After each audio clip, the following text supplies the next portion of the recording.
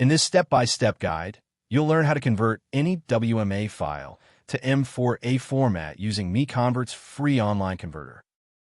Step 1. Open Google and type WMA to M4A MiConvert. Click the first search result to open the converter page. Step 2. You should now see the WMA to M4A converter page. Everything you need is right here on one page. Step 3. Click Choose File. Find your WMA file in the file browser, select it, and click Open to upload it. Step 4. Your file is now uploaded.